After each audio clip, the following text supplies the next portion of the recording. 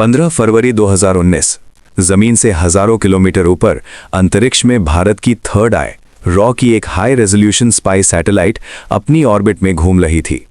अचानक एक encrypted command upload होती है। सैटेलाइट अपने पुराने पाथ से हटती है और उसका फोकस पाकिस्तान के खैबर पख्तूनख्वा इलाके के एक सुनसान पहाड़ी इलाके पर लॉक हो जाता है। ये जगह थी बालाकोट। नीचे जमीन पर भी कुछ अजीब हो रहा था। पठानी सूट पहने, चेहरे पर गमछा लपेटे दो आदमी इस पहाड़ी कैंप के इर्द गिर्द घूम रहे थे। ये आम पठान नहीं थे, ये रॉ के एजेंट थे। इन एजेंट्स ने जो देखा उसने उनके भी रोंगटे खड़े कर दिए। ये कोई मामूली कैंप नहीं था, ये एक किला था जिसे जंगलों के बीच छुपाया गया था। यहाँ ट्रेनिंग चल रही थी। 500 से ज्यादा आतंकवादी जिहाद की तैयारी कर रहे थे। इंटेलिजेंस रिपोर्ट्स के मुताबिक ये वही जगह थी जहां कभी अजमल कसाब जैसे दरिंदों को ट्रेन किया गया था। और सबसे खौफनाक खबर ये थी कि आने वाले कुछ ही दिनों में 300 नए रिक्रूट्स यहां पहुंचने वाले थे। रॉ एजेंट्स ने अपनी जान की बाजी लगाकर उस कैंप के चप्पे चप्पे की तस्वीरें लीं। ये तस्वीरें और ग्राउंड इंटेल नई दिल्ली के रॉ हेडक्वार्टर में पहुंची।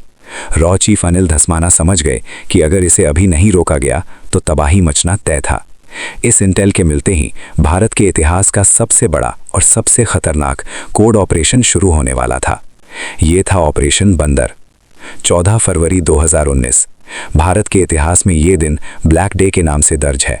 जम्मू श्रीनगर नेशनल हाईवे 44, दोपहर का वक्त सीआरपीएफ का काफिला जिसमें 78 गाड़ियां शामिल थीं, अपने रास्ते पर आगे बढ़ रहा था। इन ट्रकों में बैठे थे हमारे 2500 जवान। उन्हें अंदाजा भी नहीं था कि अगले ही पल उनकी दुनिया हमेशा के लिए अंधेरे में डूबने वाली है। काफिला अभी 15 मिनट ही चला था कि एक कनेक्टिंग रोड से एक गाड़ी हाईवे पर आती है। ये गाड़ी नॉर्मल नहीं थी, इसमें 300 किलो आरडीएक्स भरा हुआ था। सीआरपीएफ के ड्राइवर कुछ समझ पाते उससे पहले ही उस गाड़ी के ड्राइवर ने अपनी गाड़ी काफिले के एक बस से टकरा दी। एक तेज धमाका हुआ, इतना तेज कि कई किलोमीटर दूर तक जमीन हिल गई। आग का एक गुब्बारा आसमान में उठा और देखते ही देखते हमारे 40 बहादुर जवान वीर गति को प्राप्त हो गए। इस कायराना हमले की जिम्मेदारी ली पाकिस्तान में बैठे आतंकी संगठन जैश-ए-मोहम्मद ने। उसका लीडर मसूद अजहर, जो बहावलपुर में बैठकर भारत की तबाही के सपने देख रहा था, उसने सोचा था कि भारत हमेशा की तरह कड़ी निंदा करेगा, डोजियर देगा और चुप हो जाएगा। लेकिन वो भूल गया था कि ये 2019 का भारत है। वो भारत जो अब चुप नहीं बैठता, वो भारत जो घर में घुसकर मारता है। 19 फरवरी 2019 दिल्ली। पुलवामा हमले को 4 दिन बीत चुके थे। रॉ चीफ अनिल धस्माना सीधा प्रधानमंत्री नरेंद्र मोदी के रेजिडेंस पर पहुंचते हैं। मीटिंग रूम में पीएम मोदी के अलावा national security adviser Ajit Doval, defence minister और तीनों सेनाओं के प्रमुख मौजूद थे। पीएम मोदी की आंखों में वो दर्द था जो हर हिंदुस्तानी महसूस कर रहा था। उन्होंने आर्मी, नेवी और एयरफोर्स के चीफ से साफ शब्दों में कहा, बहुत हो गया। हर बार हम सब्र करते हैं और वो इसे हमारी कमजोरी समझते हैं। इस बार मुझे एक्शन चाहिए। तभी रॉ चीफ धस्माना ने प्रोजेक्टर पर बालाकोट कैंप की हाई रेजोल्यूशन सैटेलाइट इमेजेस दिखाए और कहा, सर, ये जैश का सबसे बड़ा ट्रेनिंग कैंप है। यहाँ मसूद अजहर का भाई और टॉप कमांडर्स मौजूद हैं। अगर हमने इसे हिट किया तो जैश को रिकवर होने में 10 साल लग जाएंगे। आर्मी चीफ ने कहा, सर, हमने उरी के बाद सर्जिकल स्ट्राइक की थी जमीन के रास्ते, लेकिन इस बार दुश्मन सतर्क है, पूरा बॉर्डर हाई अलर्ट पर है। तभी अजीत डोभाल ने कहा, अगर आज हम चुप रहे तो वो हमारी खामोशी को कमजोरी समझेंगे, वो फिर आएंगे, फिर हमारा खून बहाएंगे। इस बार हमें दुश्मन के दिमाग में खौफ पैदा करना होगा, ऐसा खौफ जो उनकी नस्लों। पीएम मोदी अपनी कुर्सी पर शांत बैठे थे। उन्होंने सबकी बात सुनी। कुछ पल के लिए कमरे में बिल्कुल सन्नाटा छा गया। फिर पीएम खड़े हुए। उन्होंने एयरफोर्स चीफ बीएस धनवा की तरफ देखा और पूछा, चीफ, क्या आप तैयार हैं? एयर चीफ धनवा ने बिना एक पल गवाए कहा, सर, हम उनके लिए धरती पर ही नर्क बना देंगे। पीएम ने गहरी सांस ली और कहा, गो अहेड। लेकिन याद रहे, मुझे सिविलियंस का नुकसान नहीं चाहिए, सिर्फ आतंकी और उनके हैंडलर्स का सफाया होना चाहिए। इस एक डिसीजन ने ऑपरेशन को हरी झंडी दे दी थी। इस ऑपरेशन का नाम था ऑपरेशन बंदर। बंदर क्यों? क्योंकि रामायण में लंका को जलाने का काम हनुमान जी ने किया था और आज रात आईएएफ की वानर सेना आतंकियों की लंका जलाने निकली थी। रॉ को काम पर लगाया गया। उन्हें ढूंढना था एक ऐसा टारगेट जो पाकिस्तान आर्मी का ना हो लेकिन आतंकियों का हो। एक ऐसा टारगेट जहां सिविलियंस ना मरे लेकिन टेरर का इंफ्रास्ट्रक्चर तबाह हो जाए। रॉ की इंटेलिजेंस फाइल से एक नाम निकल कर आया, जावा टॉप बालाकोट। खैबर पख्तूनख्वा के घने जंगलों में एक पहाड़ी के ऊपर जैश-ए-मोहम्मद का सबसे बड़ा ट्रेनिंग कैंप। वहां मसूद अजहर के भाई और टॉप कमांडर्स की मौजूदगी की खबर थी। ये एलओसी से 70 किलोमीटर दूर था। वहां तक पहुंचने का मतलब था पाकिस्तान के पूरे एयर डिफेंस सिस्टम को भेदना। पाकिस्तान को डर था कि भारत फिर से सर्जिकल स्ट्राइक करेगा, इसलिए उन्होंने अपनी पूरी फौज बॉर्डर पर लगा रखी थी। उन्हें सपने में भी अंदाजा नहीं था कि भारत इस बार जमीन से नहीं आसमान से मौत बरसाएगा। प्लान सेट था, अब बारी थी एग्जीक्यूशन की। 20 से 24 फरवरी तक बेंगलुरु में होने वाले एरो इंडिया शो को कैंसिल नहीं किया गया। दुनिया को दिखाने के लिए एयरफोर्स चीफ और बड़े ऑफिसर्स वहां पार्टियां अटेंड कर रहे थे, स्पीच दे रहे थे। मीडिया को लगा कि भारत शायद डिप्लोमैटिक प्रेशर बनाएगा, लेकिन असली एक्शन चल रहा था ग्वालियर एयरबेस पर। ग्वालियर में मिराज 2000 जेट्स का स्क्वाड्रन मौजूद था। अचानक ग्वालियर बेस को सील कर दिया गया। बहाना बनाया गया कि वहां कोई रूटीन इंस्पेक्शन है। पायलट्स को मोबाइल फोन यूज करने की मनाही थी। उन्हें अपनी फैमिलीज को भी बताने की इजाजत नहीं थी कि वो कहां जा रहे हैं। साथ ही कश्मीर और राजस्थान बॉर्डर पर आईएएफ ने अपने जेट्स को लगातार उड़ाना शुरू कर दिया। रोज रात को जेट्स उड़ते, बॉर्डर के पास जाते और वापस आ जाते। ये एक साइकोलॉजिकल गेम था। पाकिस्तान के रडार ऑपरेटर्स रोज ये देखते और सोचते कि शायद ये नॉर्मल पेट्रोलिंग है। धीरे धीरे उनकी सतर्कता कम होने लगी। वो इस पैटर्न के आदी हो गए। आईएसआई के एजेंट्स जो भारत में फैले हुए थे वो भी कंफ्यूज थे। कोई सॉलिड इंटेल नहीं मिल रही थी। पायलट्स को क्रिस्टल मेज मिसाइल्स और स्पाइस 2000 बॉम्ब्स के साथ ट्रेन किया गया।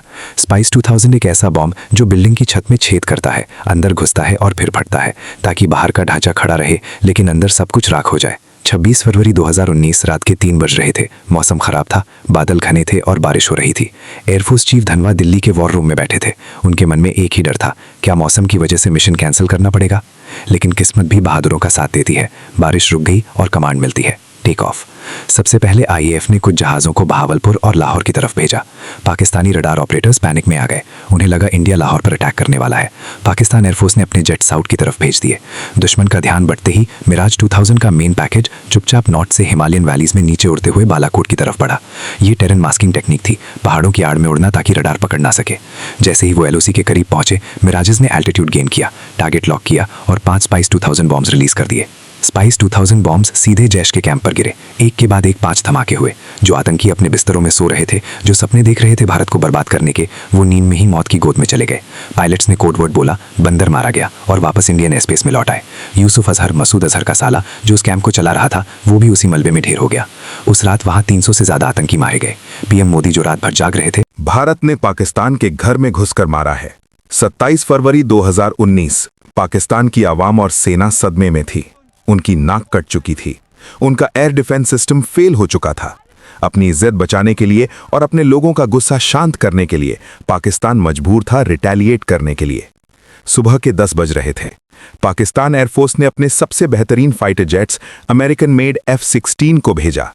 उनका मकसद था भारत के मिलिट्री इंस्टॉलेशंस पर बम गिराना, ताकि वो दिखा सकें कि वो भी कमजोर नहीं है। लेकिन इंडियन एयरफोर्स तैयार थी।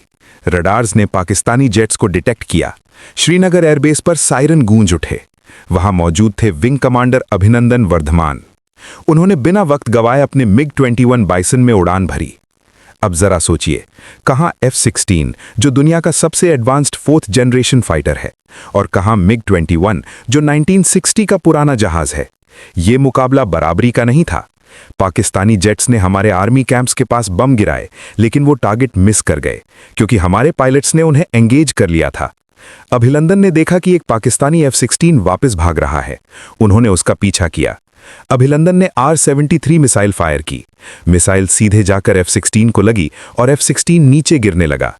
इतिहास में पहली बार किसी MiG-21 ने F-16 को मार गिराया था। ये एक चमत्कार से कम नहीं था। विंग कमांडर अभिनंदन ने देखा कि एक पाकिस्तानी जेट वापस भाग रहा है, लेकिन अभिनंदन उस जेट के पीछे LOC क्रॉस कर गए। वो अब दुश्मन के इलाके में थे। वहां से एक पाकिस्तानी मिसाइल आई और अभिनंदन के जेट को हिट कर गई। अभिनंदन तुरंत इजेक्ट करते हैं। वो पैराशूट से नीचे उतरते हैं। जैसे ही अभिनंदन जमीन पर गिरे, उन्हें एहसास हो गया कि वो पाकिस्तान में हैं। गांव के लोग उनकी तरफ दौड़े, हाथ में पत्थर और डंडे लेकर। अभिनंदन घबराए नहीं। उन्होंने भागने की कोशिश नहीं की, ना ही गिड़गिड़ाए। उन्होंने अपनी पिस्तल निकाली, हवा में फायर किया ताकि भीड़ दूर रहे, और अपने पास मौजूद सीक्रेट डॉक्यूमेंट्स को चबाना शुरू कर दिया, ताकि दुश्मन के हाथ कोई सेंसिटिव जानकारी न लगे। कुछ ही देर में पाकिस्तानी आर्मी वहां पहुंच गई और उन्हें कैप्चर कर लिया। पाकिस्तानी आर्मी के ऑफिसर्स ने अभिनंदन से सवाल पूछे, तुम्हारा मिशन क्या था? कौन सा जेट उड़ा रहे थे? लेकिन अभिनंदन ने शान से जवाब दिया, I am not suppose to tell you that. वहीं नई दिल्ली में पीएम मोदी ने हाई लेवल मीटिंग बुलाई। उनका संदेश साफ था, हमें हमारा पायलट वापस चाहिए, बिना किसी शर्त के और तुरंत।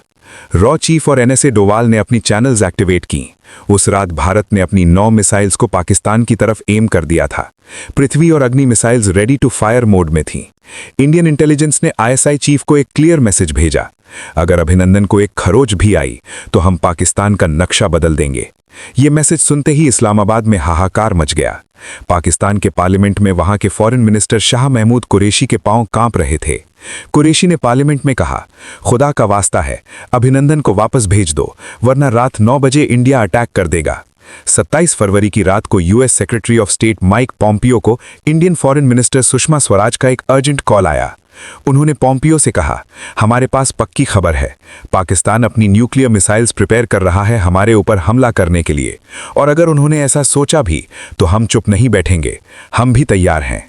अमेरिका, सऊदी अरब, यूएई सब ने पाकिस्तान पर प्रेशर डाला कि सिचुएशन को ठंडा करो और पायलट को वापस करो। साथ ही साथ इंडिया ने अपना रुख साफ कर दिया था, अगर हमारे पायलट को एक खरोंच भी आई तो बालाकोट तो बस ट्रेलर था, पिक्चर अभी बाकी है। इंडिया ने अपने नेवी शिप्स को कराची की तरफ मूव करना शुरू कर दिया था। मोदी सरकार ने क्लियर कर दिया था, नो नेगोशिएशन, पायलट वापस चाहिए बिना शर्त के। प्रेशर काम कर गया। 28 फरवरी को पाकिस्तान के पीएम इमरान खान ने पार्लियामेंट में खड़े होकर अनाउंस किया कि वो पीस जेस्चर के तौर पर अभिनंदन को रिहा कर रहे हैं। सच्चाई ये थी कि ये पीस जेस्चर नहीं बल्कि डर था भारत की ताकत का। 1 मार्च 2019, वाघा बॉर्डर, हजारों लोग तिरंगा लिए खड़े थे।